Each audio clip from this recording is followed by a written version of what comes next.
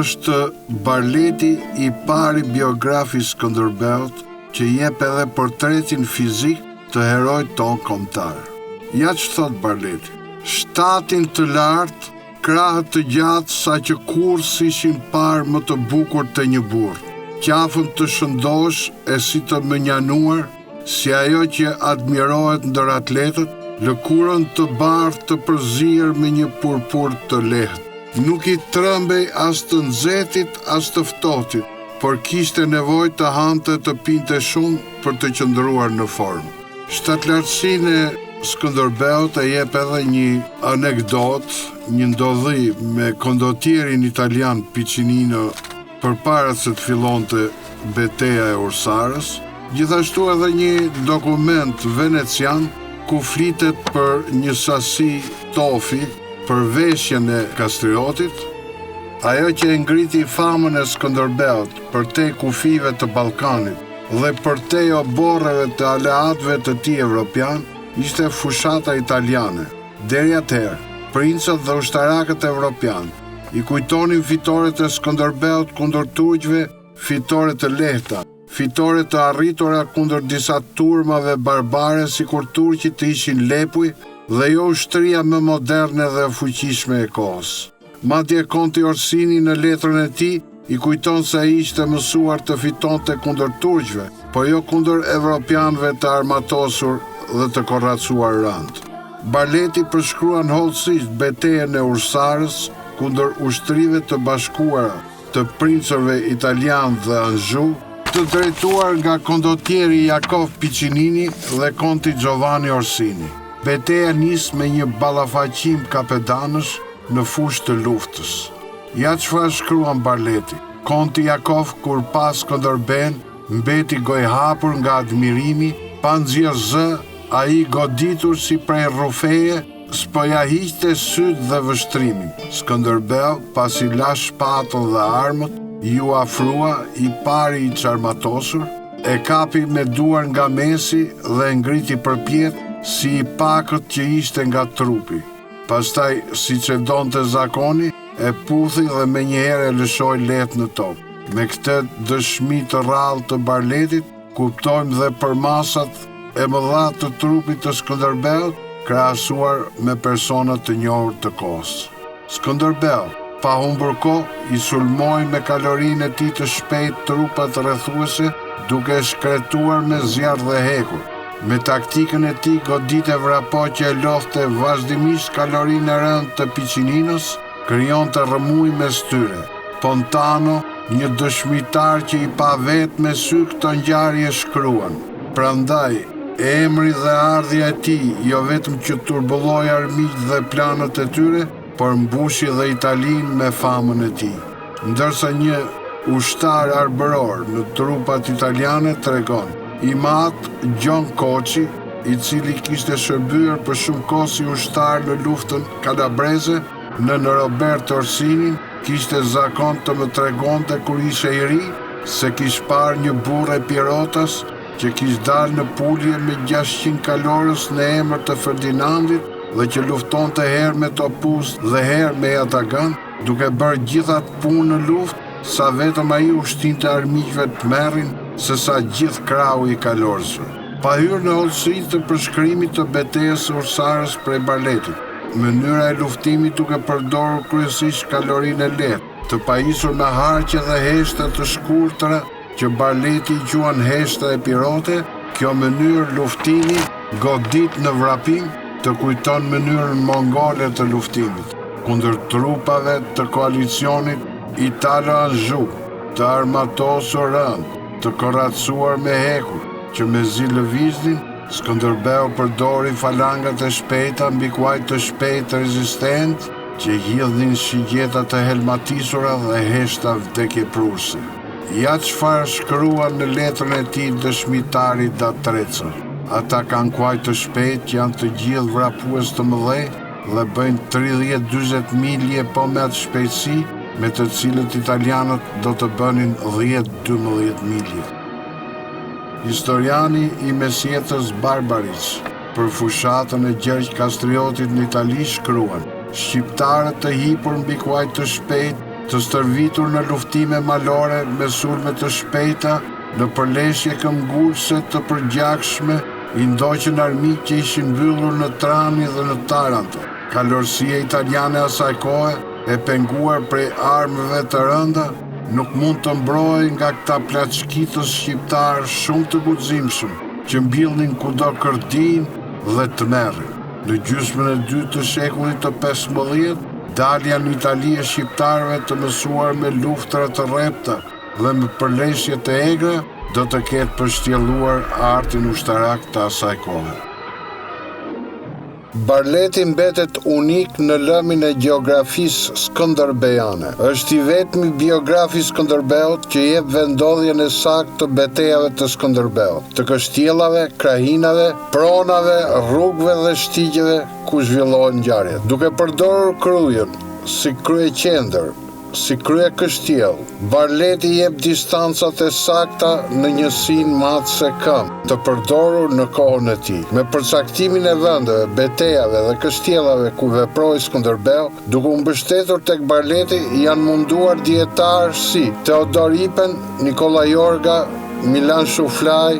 Posaçërisht, një studim mbi këtë temë ka kryer arkeologu dhe historiani Hasan Ceka, që me të drejtë mund të quhet punimi më i detajuar që ndriçon vendet ku veproi dhe luftoi heroi ynë kombëtar. Një ndihmës të rëndësishme mbi këtë temë jep edhe një studiues i sotëm i gjeografisë skënderbejane, i quajtur Ramazan Kica, i cili përmbys disa nga konceptet e gabuara që kemi mbi vendodhjen e disa krahinave dhe betejave të famshme të Kastriotit. Kështu në studimet e tij ka arritur të përcaktojë betejën e parë të ushtrisë së Beslidhjes, jo më në fushën e Domosdovës, siç pandehej deri më sot, por në fushën e Korabit në Dibrën e Poshtme. Krahinën e mokrës së Skënderbeut nuk e identifikon me mokrën e Pogradecit, siç besohet deri tani, por me një krahinë të gjerë mbi fushën e Pollogut, midis Shkupit, Tetovës dhe Kërçovës. Sot ndodhet në Republikën e Maqedonisë. Është Barleti që na përmend qytetin e lashtë të Skampinit në formën qyteti i Valmëve, qyteti fisit të Valmëve, ashtu si jep në formë fisesh, fiset e Jateshve, Sopotanët, Buzurshekët, që sot janë emra fshatrash. Është ai që jep vendlinjen e kapetanit më të zotë të Skënderbeut, nipit të Gjergj Arjanit Golemit, Mojsi Golemit, në qytetin e Valmëve, siç e quan Barleti, Elbasanin e sot. Mojsi Golemi ishte qytetar i Elbasanit, pavarësisht se në veprën e Barletit quhet Mojsiu i Dibrës. Është Barleti që fush bullin e sotëm, e quan në formën latine fusha e Saurës, fusha e bullarit, një lloj gjarpri, jo larg prej së cilës ndodhej shtëpia e princit Arjanit Komneni ose Gjergj Arjanit. E shihni këtë vargmal pas meje, ky sot quhet mali i Skënderbeut. Dikur në kohën e Skënderbeut quhej mali i Tumenishtit. Prej aty zbriste heroi ynë kombëtar me ushtarët e tij dhe sulmonte ushtrinë turke poshtë në fushë, në muret e kështjellës, në portën e kështjellës. Rreth e rrotull janë kështjellat e Prezës, kështjella e Petrelës, është kështjella e Petralbës që thot, për të cilën shprehet Barleti, ose Guri i Bardhë, e cila ka qenë rezidencë e familjes së Skënderbeut.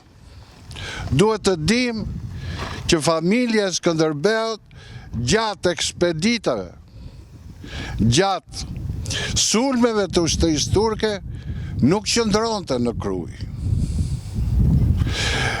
Qëndronte në gur të bardhë të matit, por kur ushtria turke, domethënë Mehmeti dhe dy sultanët Murati dhe Mehmeti sulmonin Krujën, familja e Skënderbeut sipas Barletit strehoi në Ulqin.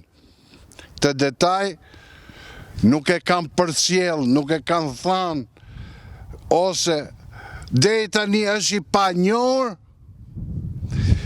sepse Barleti është personi më i afërt, më pranë Skënderbeut. Ka qenë ushtar në ushtrinë e Skënderbeut.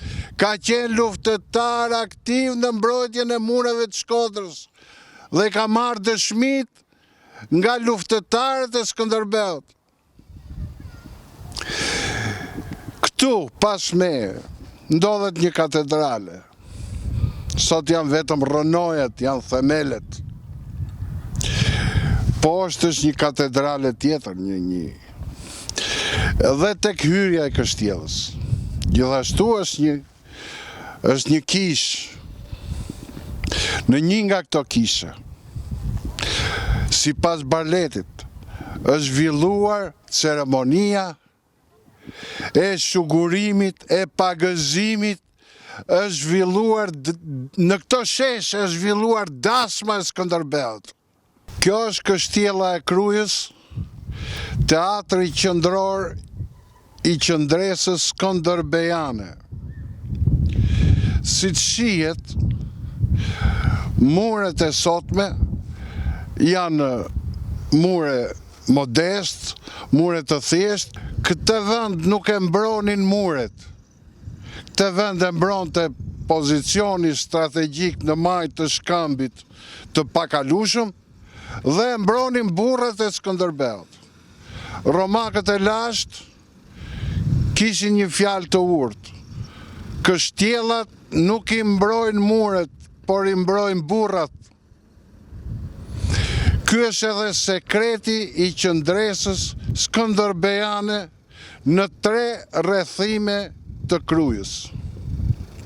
Sekreti i qendresës së Skënderbeut, qoftë në Krujë, qoftë në Svetigrat, është rrethimi i rrethuesve. Vetëm në këtë mënyrë ai arriti të shpartalloj ushtrinë superfuqinë më të fuqishme të kohës, duke ushtruar sulme të pandërprera mbi rrethuesit turq. Ai arriti të shpartalloj ushtrinë turke që kishte marrë kryeqytetin e perandorisë bizantine Konstantinopolën dhe kishte pushtuar qytete dhe popull shumë më të fuqishëm se sa kombi shqiptar. Ai arriti të bashkojë rreth vetes një popull liridashës. Arriti të bashkojë vegjëlin. Arriti të bashkojë fisnikët, princat shqiptar në një epope të pashëmbullt në faqet e historisë ushtarake. Këtu pranë janë disa nga kështjellat në zotërim të Skënderbeut. Të kështjella shërbenin më shumë si vendëroje për të lajmëruar ardhjen e ushtrisë turke. Me zjarre, me tym, ashtu si ka qenë në atë kohë. Po Skënderbeu ka ndjekur shumë edhe rrugën e shkurtër që të çonte në rrugën e Gnatja, prej nga zakonisht priste ushtri turke që vinin nga manastiri. Dhe kjo rrugë kalonte nga Funari. Rruga e shkurtër nga mali i Skënderbeut për në rrugën e Gnatja, për në luginë e Shkumbinit kalonte nga Funari. Prandaj i madhi Lefnosi ka mbledhur një mori legjendash dhe gojdhanash për Skënderbeun në zonën e Funarit. Dhe janë një visar i rrallë për kujtimet që ruan populli shqiptar për herojnë e tij kombëtar.